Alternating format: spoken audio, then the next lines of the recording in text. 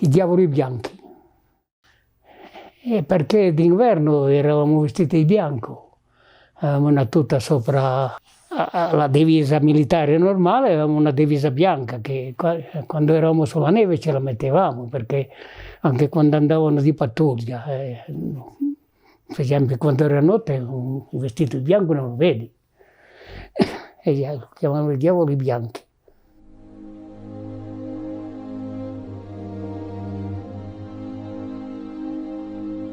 Sono partito il 7 gennaio del 1941, militare. Sono andato a finire al battaglione Mondovì, primo Alpini, battaglione Mondovì. Siamo andati a fare i campi in Vallestura, verso Avinadio, quella zona lì, Vallestura. Abbiamo fatto i campi, siamo ritornati a metà settembre, siamo ritornati a Mondovì. Di lì c'è la voce, si vocifera che formeranno il battaglione di sciatori Montecervino Aosta e qualcuno. Allora noi siamo stati scelti, eravamo il 4 di ottobre del 1941. Hanno formato questo battaglione sciatori Montecervino, andavamo su a sciare da Aosta, c'era già la neve, la Cogne fino in cima a Pila. Erano dietro che facevano le piste di Pila. Noi ci arrivavamo su a piedi e poi venivamo giù con i sci fino a Cogne, poi eravamo alla caserma Sciarde dell'artiglieria a Aosta. Il battaglione è stato formato lì dentro. Cosa hanno fatto? Quando hanno formato questo battaglione avevano bisogno di sciatori. Sono andato in tutte le compagnie dei battaglioni, hanno cercato chi quando abbiamo fatto la visita di leva, ci chiamavano se eravamo sciatori o no. E allora chi sciava ha detto, va bene, io sono un sciatore, sì, ho fatto delle gare. E allora li hanno cercati i primi 200 che siamo arrivati là, eravamo tutti sciatori. E gli altri invece poi sono stati addetti ai servizi, alla compagnia, via, con le mitraglie. Io avevo la pistola, una beretta mi sembra fosse. Siccome ho fatto l'attendente al cappellano e facevo il portaordine e normalmente chi faceva quei servizi lì avevamo la pistola, gli altri avevano i moschetti, il 38. E mitra li avevano in compagnia, i plotoni della prima e della seconda compagnia. Il plotone di comando era quasi tutto addetto ai servizi. Due paia di pantaloni lunghi ficcati nelle scarpe, pantaloni da sciatori, come adesso, sai, ficcati c'era un pezzo di cinghia sotto il pantalone che li tenevano chiusi. E poi avevamo un bel due paia di scarpe vibra per uno. Le prime scarpe vibre che sono state in dotazione ai militari ce le avevamo date noi. E lì è cosa ci hanno salvato un po' i piedi al nostro battaglione, perché eravamo forniti. Lui, il nostro colonnello, ha detto così, a me non ho sentito dire, io non ho parlato con lui, certo Dadda Mario. Lui ha detto, io vengo a accompagnare il battaglione e ci sto insieme, però voglio vestirli come voglio io. Vestiti sotto un bel paio di mutande bianche, di lana bianca, due maglie con le maniche lunghe di lana bianca. Invece l'esercito normale aveva quelle maglie grigio, grulle. Sai, tante erano di lana che ti facevano fin male a portarle addosso. Ma io ero un sciatore abbastanza buono, ho vinto anche delle gare, insomma, però nei nostri paesi prima della guerra chi sciava un po' bene ci mandavano a fare queste gare, come dico. C'era il capitano Lamberti che ogni tanto, lui era un buon sciatore, allora siccome c'era la neve ci faceva sempre camminare un po' per essere allenati da poter camminare. E a metà dicembre siamo partiti per la Russia. Dopo ci siamo fermati, non so come mai, in una città era successo qualcosa, ci siamo fermati perché avevamo i muli, avevamo l'autocarretta, avevamo il SPA-38, cioè una tradotta completa, perché noi eravamo circa 550 alla formazione del battaglione completo.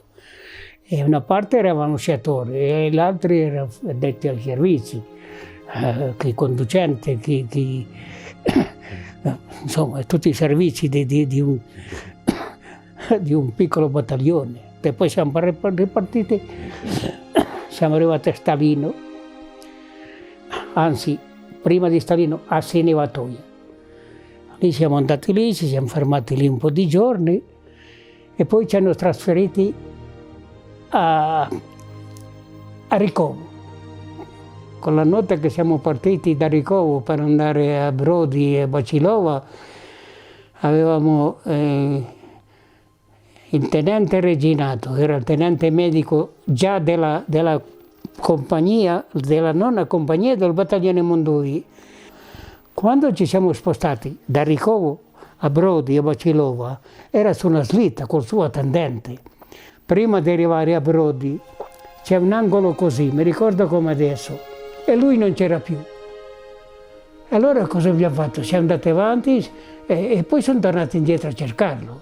Però da quell'angolo che dico che la strada si girava, hanno trovato i piedi di questo cavallo perché era su una slitta, no? Hanno trovato questi piedi di questo cavallo che andava verso la frontiera dei russi.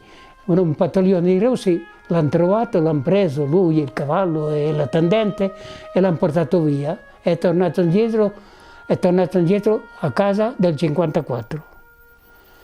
Noi eravamo di qua dal Don e loro erano di là. E c'era una strada che attraversava una piccola montagna prima di arrivare al Don. E i russi lassù erano loro con le buche, con i cannoni, con le mitraglie. C'era la neve. E di notte mi ricordo sempre, è andata la prima compagnia, si sono andati nella neve e sono partiti da lì da Ricovo a postarsi là per attaccare questi russi. E hanno passato 2 o 3 ore tra stare là nella neve e al freddo. Noi abbiamo cercato di attaccarli perché davano fastidio, però loro avevano i bunker, avevano i cannoni, avevano le mitraglie piazzate, sai, e una parte congelati e una parte feriti e una parte morti. Circa 140 sono stati messi fuori uso. Dopo un po' di tempo hanno formato il Monte Rosa in Russia, che doveva venire a sostituirsi a noi più tardi. Allora il 20 di aprile, il 29 di aprile ci è arrivato l'80ª compagnia del Monte Rosa, è venuta di rinforzo a noi, che ha preso il posto di tutti quelli che sono mancati il 22 di marzo. E lì poi ci siamo spostati e siamo andati a finire, dunque la zona era Klinovi e il paesetto dove ci siamo fermati prima di avere un altro attacco era Bacilova, Brody Bacilova. Ma lì eravamo poi il 18 di maggio, un altro attacco come quello. Io ero attendente al cappellano, quei periodi lì. E allora, di nuovo, per tempo, di notte si sono postati sotto. C'era diciamo una duna, non una montagna, sai quelle dune? Ecco. C'era l'erba che era alta così, tutto fiorito. Però loro erano un po' prieti, i russi erano tutti gli appostamenti sopra la collina e noi ci siamo andati sotto. E io col cappellano eravamo un po' dietro perché se capitava qualcosa il cappellano ci dava l'acqua benedetta, come poi è capitato. Quando la prima e la seconda compagnia ci sono spostati sotto, quando sono stati a tiro, sarà stato 10 più o meno. Hanno cominciato a bombardarsi dietro, che non potevamo tornare indietro, e davanti con le armi piccole, mitraglie e fucili, e hanno ripiegato. Io col cappellano ci siamo fermati ancora perché c'era un bel po' di morti. Adesso non so dire quanti, perché hanno fatto addirittura un cimitero a Clinovi. E si è fermato a dare l'olio santo a diversi di queste gente feriti, perché sono scappati e non potuto portarli via, perché purtroppo erano lì che avanzavano e la cavalleria cosacca ci ha dato l'assalto. E noi siamo stati gli ultimi, io e il cappellano. In fondo a quella duna c'era un fiume, non so se fosse chiamato Samara o come fosse, sai, con tutti quei fiumi ma fiume con poca acqua, però una palude, via, con tutte le alghe. E là sotto, per passare noi andare prima di là, avevano messo delle tavole. E su quelle tavole abbiamo potuto tutti tornare indietro, e siamo tornati indietro, anche io e il cappellano, perché avevamo la cavalleria dietro che ci faceva camminare. E noi abbiamo passato di lì e poi salivamo di nuovo su un'altra duna e ci siamo fermati. La cavalleria non ha potuto passare laggiù, perché se c'era un ponte i cavalli affondavano in quella palude. Ecco, e di lì è finito tutto. Al mattino dopo non abbiamo più sentito sparare, non c'era nessuno. Il 19 di maggio i russi si sono ritirati tutti di là dal Dom e sono stati lì fermi fino al 14 di gennaio del 43. Quando siamo partiti agli ultimi giorni del 41 si diceva, il colonnello aveva detto, ci ha radunati tutti nel cortile, andiamo in Russia, però tra un anno torneremo. Dopo un anno di guerra avevamo diritto all'avvicendamento, a tornare. Invece purtroppo le cose sono andate male. Avevano formato il battaglione Monterosa, che era anche un battaglione di Cetori, a Ostra. E allora questo battaglione cosa hanno fatto? Aprile del 42 hanno mandato una compagnia a sostituire tutti i nostri che erano deceduti, prima a marzo e poi a maggio. E gli altri non sono più venuti al Monterosa, poi è successo il patatrac del 43, sono andati in Francia e da noi è venuta l'80ª compagnia del Monterosa a sostituire quei che sono morti, che sono mancati, non so. Purtroppo quei 2 attacchi abbiamo avuto una perdita enorme, via. Noi lì avevamo un fronte, non lo so quanti chilometri fosse, ma più di 200 chilometri, ma eravamo 5-6 reggimenti. C'era la Coseria, c'era la Sforzesca, c'era la divisione dei bersaglieri, c'era la Tridentina, c'era il Pasubio, c'era la Cuneense, insomma. Perché noi, il colonnello da Mario, c'era successo qualcosa, è venuto a casa e che comandava era il capitano Lamberti. Lamberti ha comandato il battaglione quasi per tutto. E poi è rimasto prigioniero, quando siamo rimasti quel gruppo di 60 c'era anche lui. Vabbè,